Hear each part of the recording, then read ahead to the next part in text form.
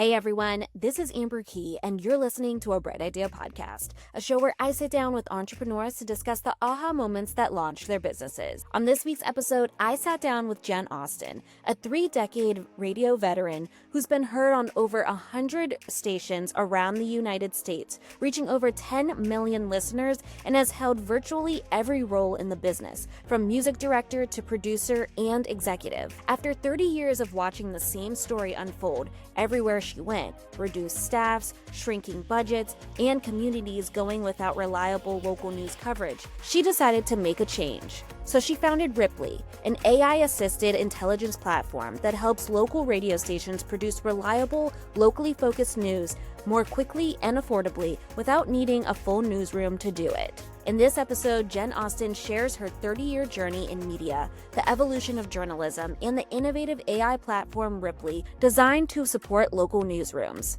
Before we dive in, if you like what we're doing here at A Bright Idea, help us keep going. You can subscribe to this show to get notifications when new episodes drop. If you like what you hear, share this episode with someone who needs a little inspiration. And if you would like to support the show directly, you can donate to our Cash App at A Bright Idea Podcast.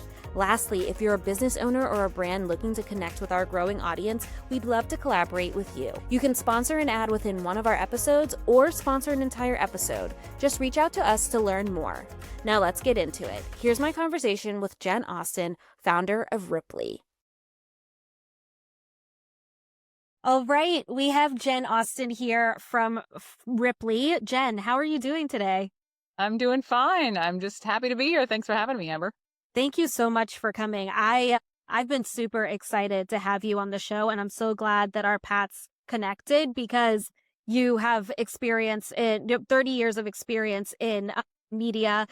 You've kind of been in all of the roles of radio, which we'll get into in a second. And I have a media background as well, so I feel like when we get into this discussion, we kind of can speak the same language because of we've had the same experiences. But super excited to have a conversation with you today about Ripley and about your time in media and how you're sort of changing the landscape of what journalism means today. So thank you. Well, thank you. Yeah, don't ask any tough questions if you're a journalist and everything. I can't handle it. No, that's my job. No, we're gonna get into it. I'm excited. Before we hop in, though, I love to play rapid fire with guests just to get to know you a little bit more before we get into your background and how you founded your company. So if you wouldn't mind, I'd love to play with you. Okay, sure. Okay. My first question is, who is a radio legend that you'd most like to have dinner with?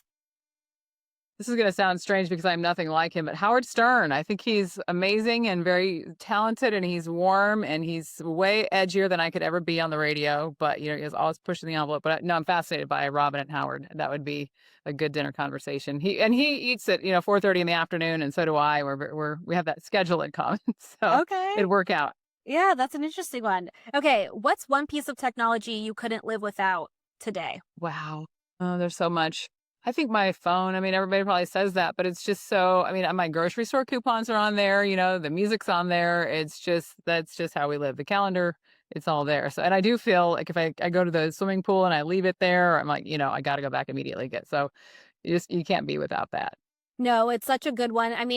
It's one that everyone says, but even like my meditation app is on my phone. Like, I want to disconnect, but I'm still like, I need my white noise, which is on my phone. So exactly. Yeah, it's kind of hard to part with. My next question is, what's the first thing you listen to when you get into the car? Well, I do listen. I'm on the music radio and I have a lot of, news radio. So I just I'll listen to podcasts, I would say, and get the Bluetooth going and listen to podcasts. Yours, of course. And then I'll listen to Amy Poehler, Mel Robbins. Oh, I like to be inspired. Yeah, okay. Just kind of zone out. I like the traffic stress bothers me less if they're on of good advice. And so, yeah, a lot of things that make me think. Especially Mel Robbins. She knows how to, you could have the worst day, turn her on, and you're like, all of a sudden, I can conquer the world and traffic doesn't bother me anymore. Exactly. She says something so simply, but so well, and you're glued to what she's saying. Yeah. So, yeah. And I love how she humanizes herself too. You're like, oh, you've been through it too, Mel? Okay, same. I'm not alone in this world. That's awesome. Yeah. A local news story that you'll never forget covering or hearing about. Well, it turned into it was a national story, actually, but it was the World Trade Center, 9/11/01, and I was in the studio doing a morning show. We're doing local news too. It was Austin, Texas, and right in the middle of the local news, the trade towers went down, and we are trying to figure out what was happening, and we saw the planes and just trying to piece it all together. And I did my best, like pretty much on the radio, said, "Okay, something's happening, and you're hearing about it. We're putting it together as you're hearing about it."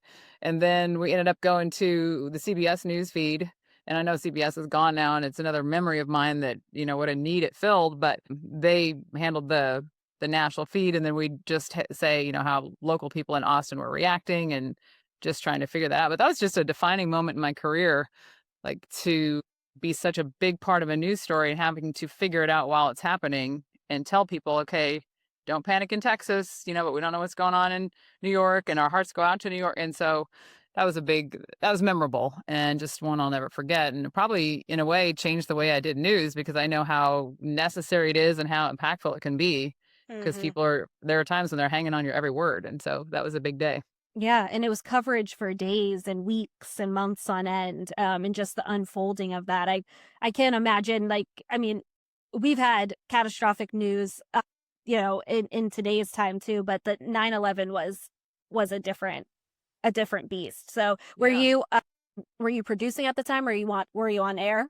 I was on air at the time. I was a morning show co-host, and yeah, it was just when my co-host came back in, I was doing the news, and he said, stop, just go to commercial. Something's going on." He said, "Come back here and watch TV." We had a little TV in the corner back then, Hmm. but yeah, he helped me figure out what was happening, and then I pretty much stayed on for 20 minutes straight. Nobody does that, trying Yeah. to figure out, relay the news, and then we went to that CBS feed after Yeah. that. And like you said, people were hanging on to your every word. This is before cell phones, before social media. So like they were relying on you to give them the play by play of everything that's going on. Exactly. Yeah, I might have That's had a flip crazy. phone back then, but I didn't have a smartphone, and so nobody Yeah. did. Yeah, Yeah, exactly. yeah. And then I remember, like, if you were to use the internet on your flip phone, it was like a ton of money. So like, yeah, It's true. different times. Last thing, what is one word in one word, the future of local journalism is? Hopeful. I feel like there's a lot of change, and when I started in radio, there were people in the building 24/7, and we did things with CDs and cart machines, and now there might be one or two people in the building, and everything's more web based, but I still feel like it's changed. It survived so much over the past 30 years, 100 years, that it's always adapted and it's always evolved. And I feel like it's going to continue to do that. So I would say hopeful. There are different tools we need to use, but there's still a lot of hope and a lot of need for journalists like you. And you have that background, and we've talked a little bit about too how to stay relevant and find things for journalists to do that maybe don't have the huge corporate opportunity anymore. There's Yes. still niches to get into that I think that offer hope. Yeah, hopeful is a good one. That was my upbringing. The news was word of mouth. People talked. It was a small town environment, and that's how they got news.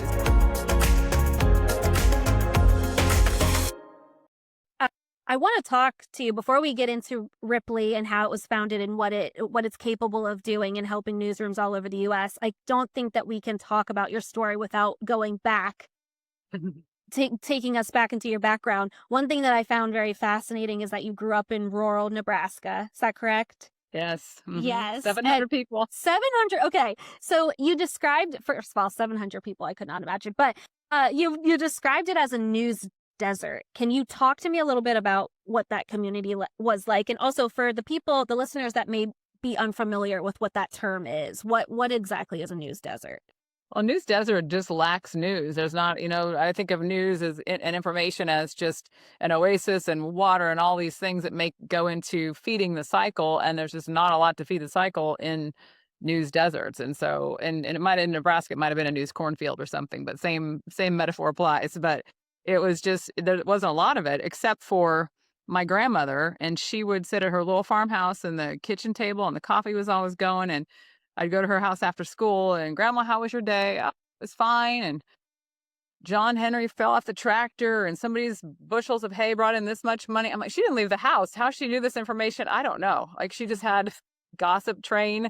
that kept feeding. The information was fed, and she always had the information faster than AI could ever do. But that was my upbringing. The news was word of mouth.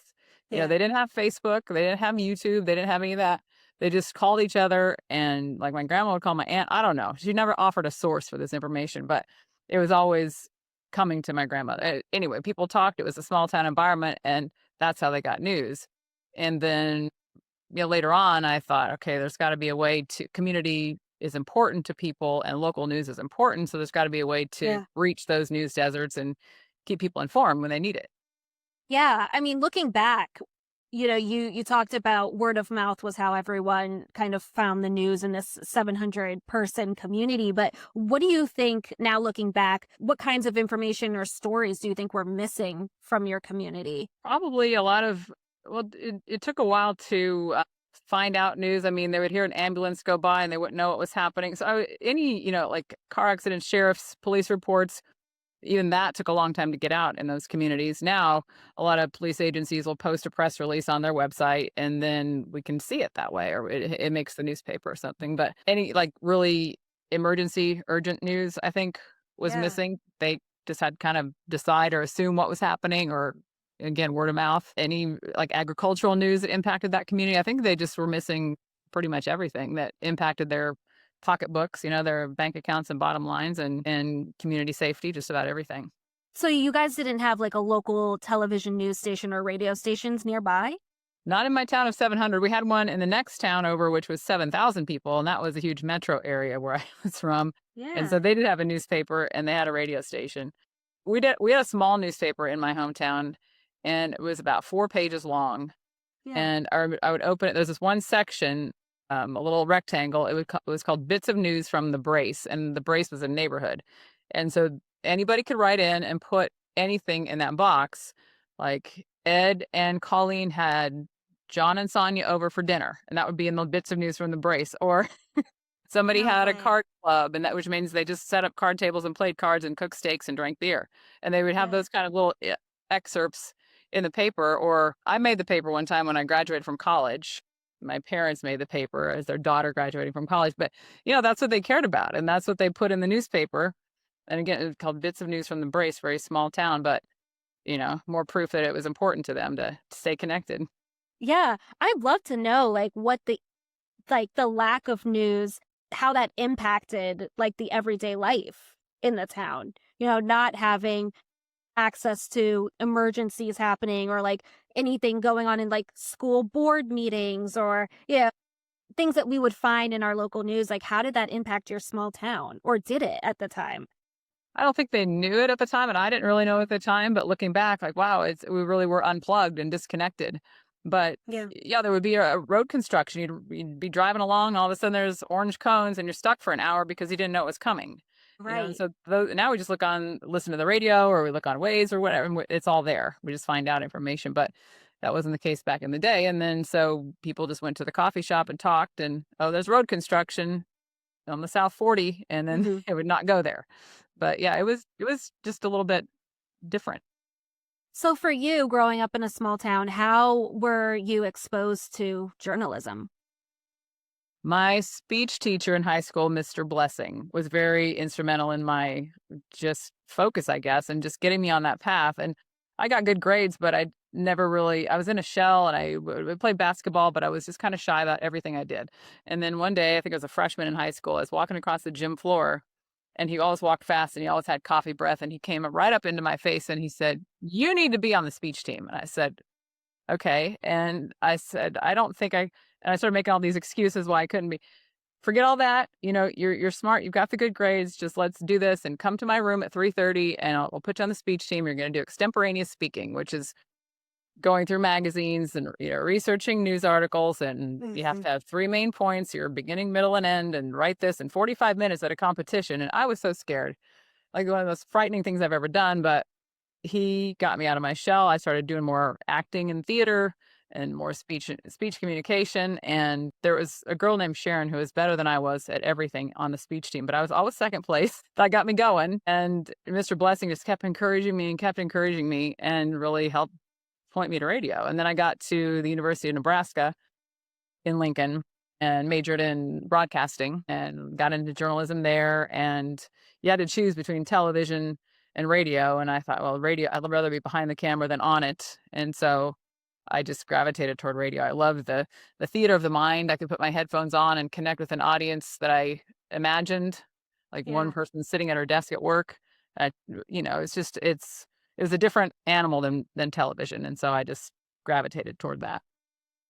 What? So I love that you shared that. I would love to know, like, so you've spent 30 years in radio and you've held nearly every role imaginable. I was looking into your bio. You've been a music director, a producer, executive. You were on air.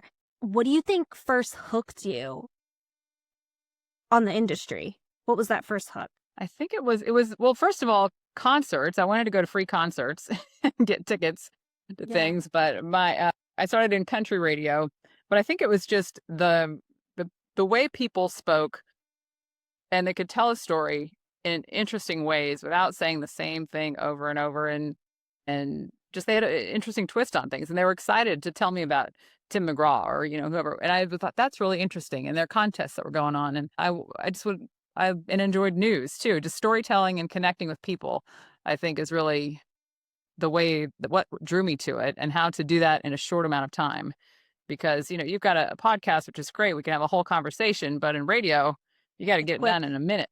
Yeah, it's Mhm. quicker, minute or Yeah. less. Yeah, so it's just Yeah. communication. From holding all of those roles, is there a specific one that taught you the most? Let's see. I think the producer role probably. I mean, I produced shows. Well, in the studio with the Kid Craddock Morning Show in Dallas, and then the Dorsey Gang was a country show in Dallas also. And I think sort of being more behind the scenes on those shows, I was able to learn from great communicators, and I was able to see how they relate to an audience and know when to step back. And it's not about, I don't need the spotlight. It's just about other people and learning from them. And I just became, a student of journalism at that point and communication. So that it was interesting. And I have midday shows I do a lot for Town Square Media too now, and Yeah. classic rock and classic hits. And so I have to think of things to say without anybody else around. And so that's been fun too. And it's just a different way, but everywhere I go, I learn something new. Yeah. The landscape of radio and just media in general has changed so rapidly. And you having been in the industry for 30 years, I'm sure you can attest to how big the newsroom was to how small the newsroom is now. Can you talk specifically about how radio, because I'm coming from television, local TV news, but have you seen radio change since you first entered the business? It's been huge. I mean, just the number of people in the building, it was 24/7. People were in the building and just doing live shows and stacking CDs and doing news. And it was a whole operation. And then because of technology, we can do it from anywhere. So, Yeah. we don't have to be in the building. And so people aren't in the building sometimes.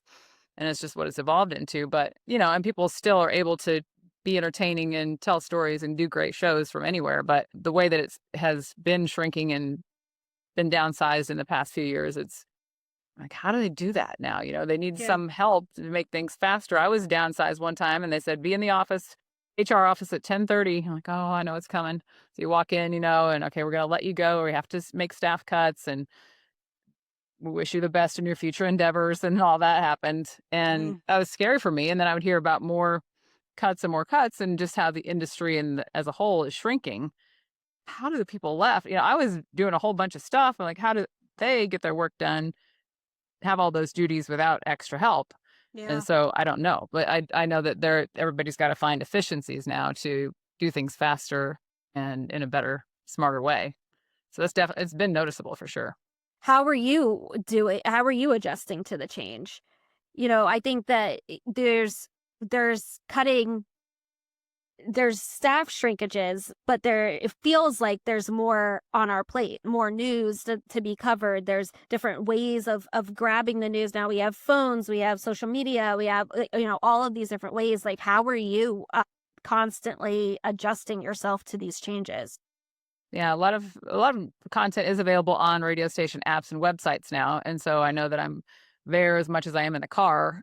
So that's been interesting to watch.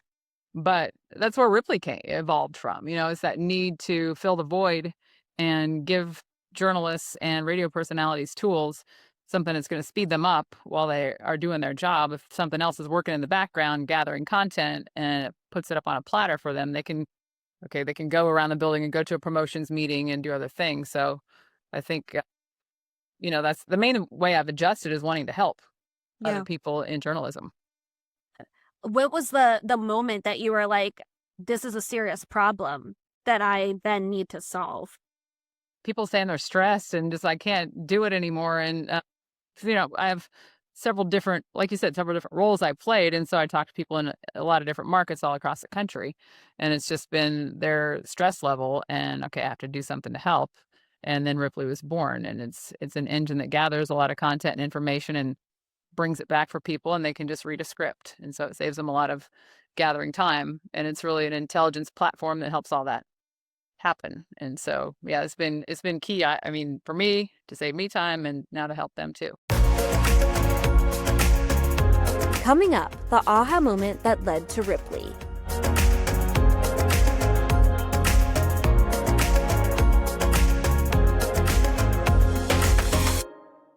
Find it very fascinating too, because a lot of people have left the industry, including myself, whether it's been layoffs or the lack of money in this industry, and True. Mm-hmm.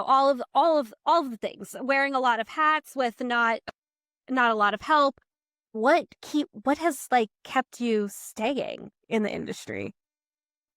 Well, the opportunities keep coming. That's the first thing, but I just can't quit it. I just love it, And if I'm connecting with one person, I'm happy about that. And if I had to be out of radio completely, I don't know. I mean, I exercise. I don't know what I do with my life. I swim, but it's just purely a love and a passion for the business.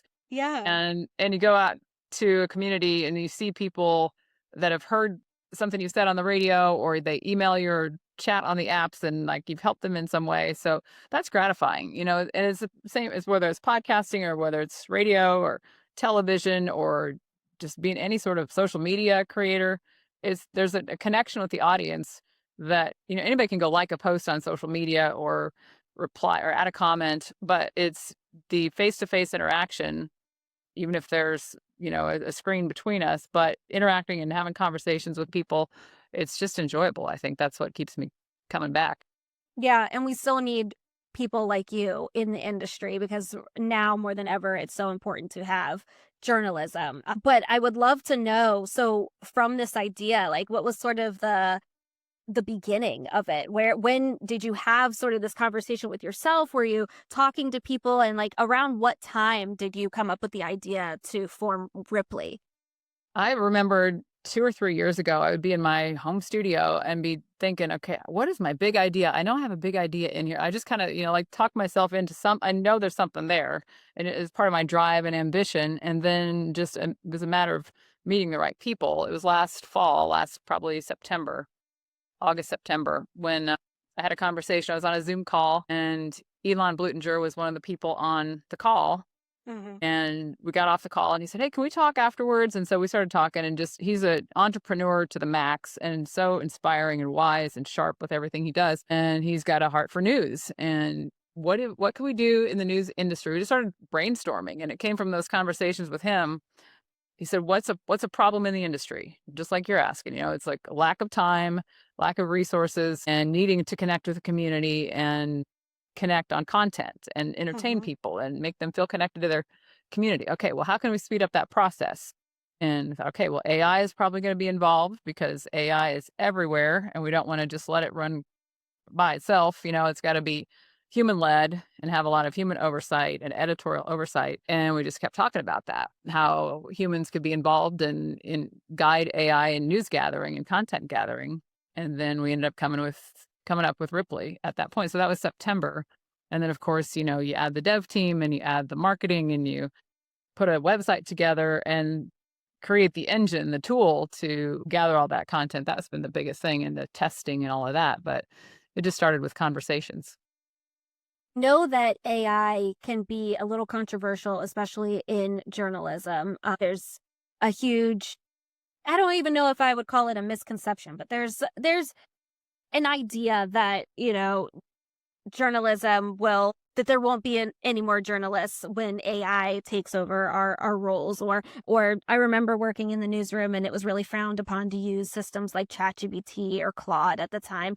When you were coming up with this idea, was there any pushback from the people that you were working with in the newsroom of like, why are we making an AI platform? I think people are concerned that it's going to take their job. And that was my natural thought too when I heard about AI. Like, I'm a radio personality. I don't want it to take my job. I have a voice. And so I think that's the first fear. And then there's just another reaction that was, okay, well, we'll believe it when we see it, that kind of reaction too. And what we found was, I think we had a sort of a broader use for AI at the beginning of this tool. And then the more we got into it, like, okay, we're going to need human oversight here. And then we're going to need it here and here. And there's humans now involved in every step of the Ripley process. And I think it's effective when humans are so in the trenches with it, and helping it and making sure it does what you want it to do. And then it doesn't get off the tracks. Talk to me about the human elements of Ripley. And I know that you describe Ripley as an AI assisted program. So it does have these human elements, but where do humans come into play? Well, humans are developing it, and we are putting our touch on it. My voice and my eyesight, I guess is the right word, how I look around the internet for news stories, that's been programmed. I'll tell a developer, well, in the newsroom, we do it this way. So, okay, give me a second. Let me put that into a logical explanation and tell our model how to do it. And so then he and his programmers figure out how to translate what I'm talking about into news gathering. And so humans are very involved in that. It's modeled after actual journalists who are writing news and gathering radio content. When the scripts come back, they're sourced, every source, exactly where we got it. It's right there on the script. And then I look at it, and a team behind me will look at it, and they make sure everything's okay. The dates match up. It's a current story. It's written in the best way it can be.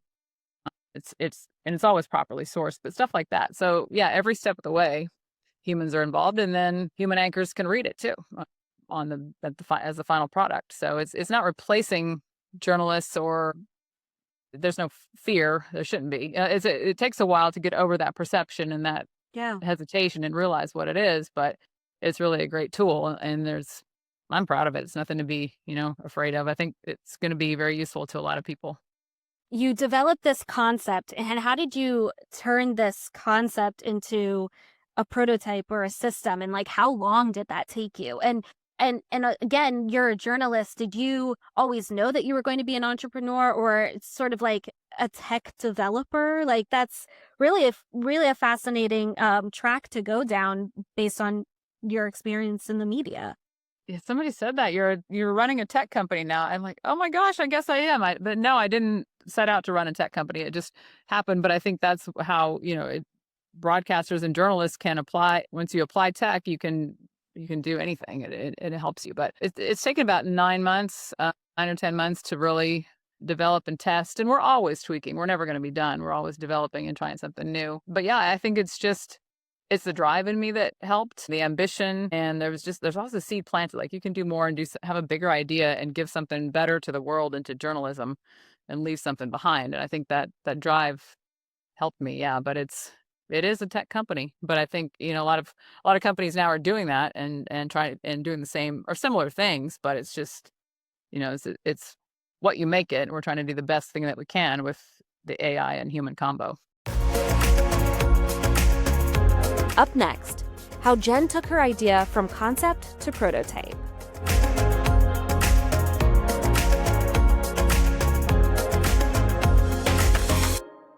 Are there any newsrooms right now that are using Ripley? Yes, I'll let them tell the story if they want to. But yeah, we just launched. I don't know when your podcast will air, but we launched recently, and yeah, we're gaining clients all the time, and it's been a great, really receptive environment by the media. We've got some media coverage and receptive by radio stations too.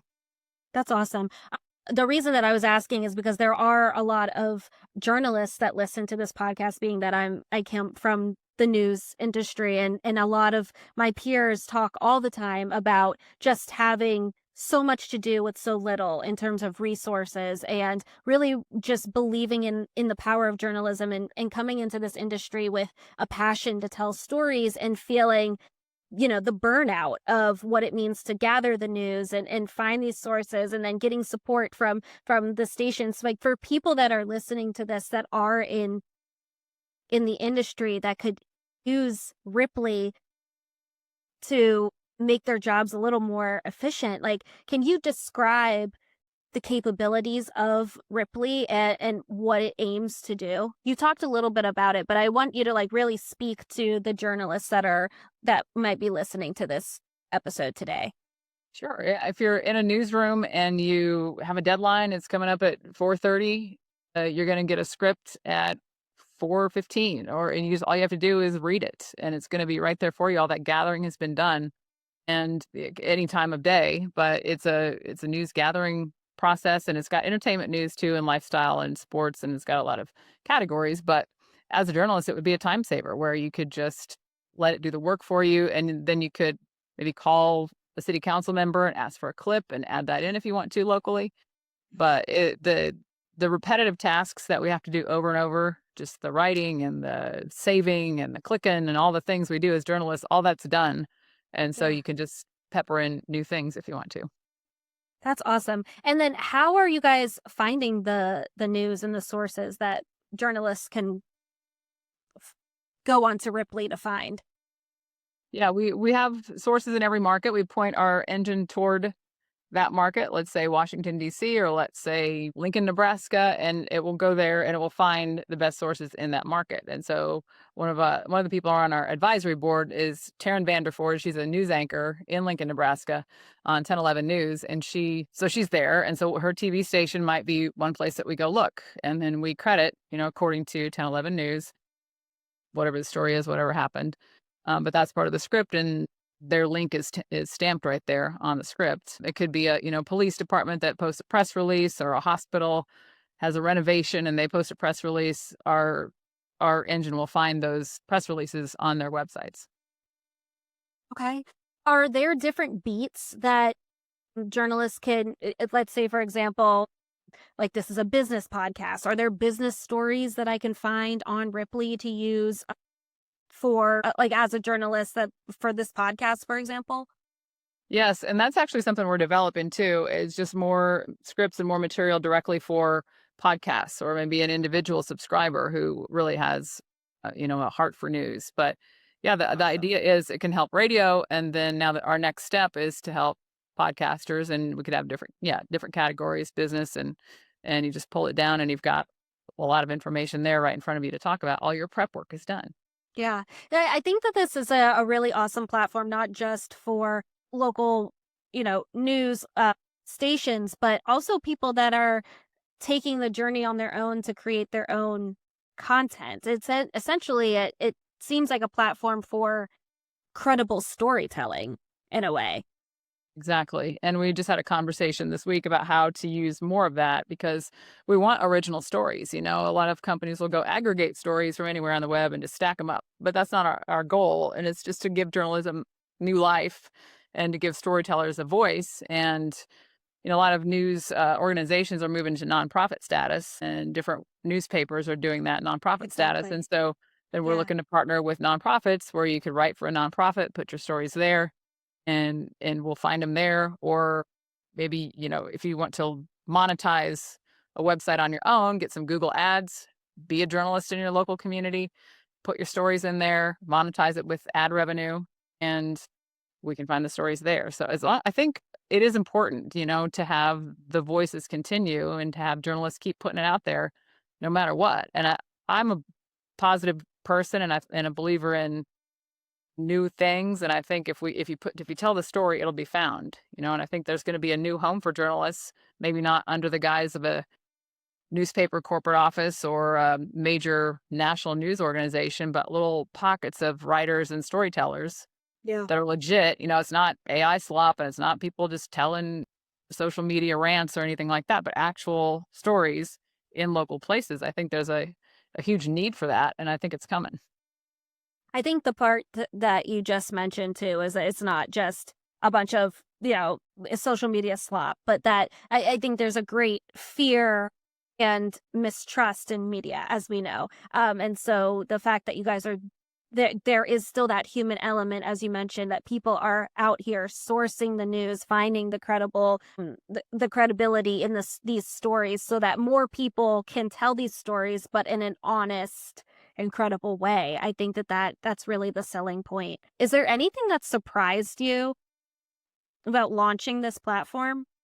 How long it took, and 9 months is not that long in the tech world, but it felt like every time we thought, okay, we're going to launch in January or March, like, well, let's do one more thing and one more thing. I mean, it was always a little more time and a little more investment and a little more development to make it into what we want it to be, and it's there. And now we're just adding, okay, what's the next thing, what's version 2, and what's the next level. And it's something I don't think we'll ever finish, but it's going to Yeah. be it's an ongoing project. But that was surprising how long it takes to do something like this.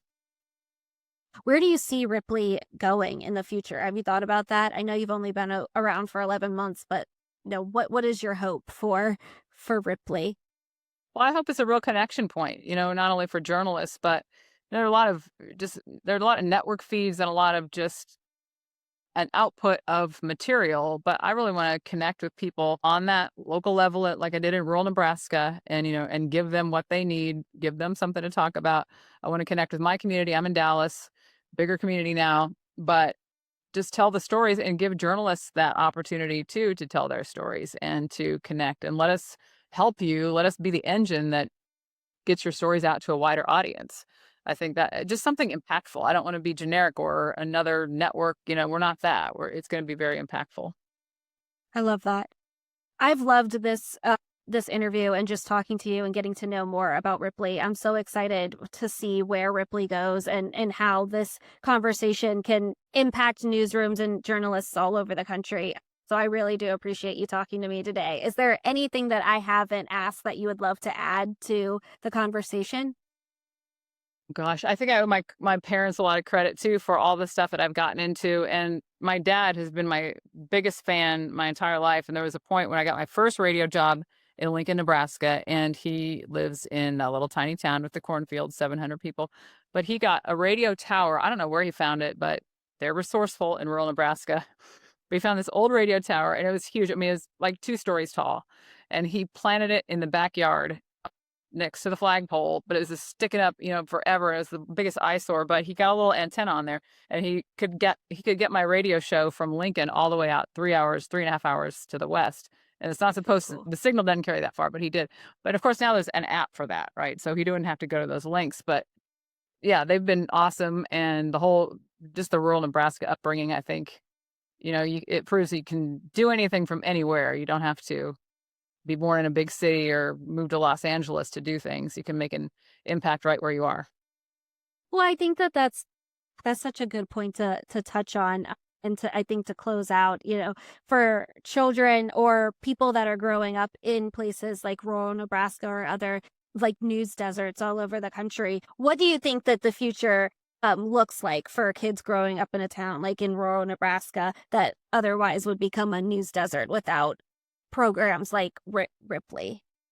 I think news is going to become more direct to consumer. I think they can get it. A lot of kids now say they'll get it first on social media. They hear a story, they see it on Facebook, or they hear it on TikTok or something. But I think it's going to be more direct, maybe more of that, but also just, subscribe, log in, and figure out what's happening in your state and drill down to your local community. And I think it'll be more on demand maybe than it was. You don't have to wait till the top of the hour at 7 a.m. to hear the news. I think it's going to be more on demand when you want it. So, that'll fill a need too, because everything changes and we'll just adapt with it. I love that. Where can people find you and support Ripley? Thank you for that. We are at ripleymedia.com, and we have, actually a human phone number on there and everything, customer service number. But yeah, ripleymedia.com, they can find out more about the company and connect with us. And I'm all over social media, LinkedIn and Facebook and all the places. So Instagram. So yeah, come and hang out. That'd be great. Awesome. Thank you so much, Jen. This was great. And thank you so much for coming on to A Bright Idea. Love it. Thank you, Amber.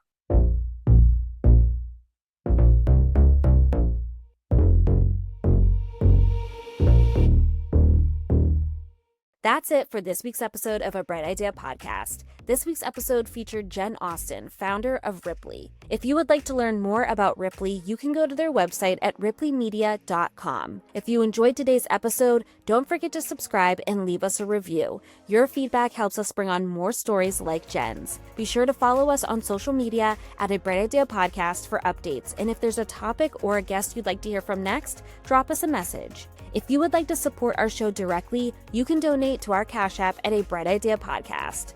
This episode was edited by Quincy Tucker, and until next time, I'm Amber Key.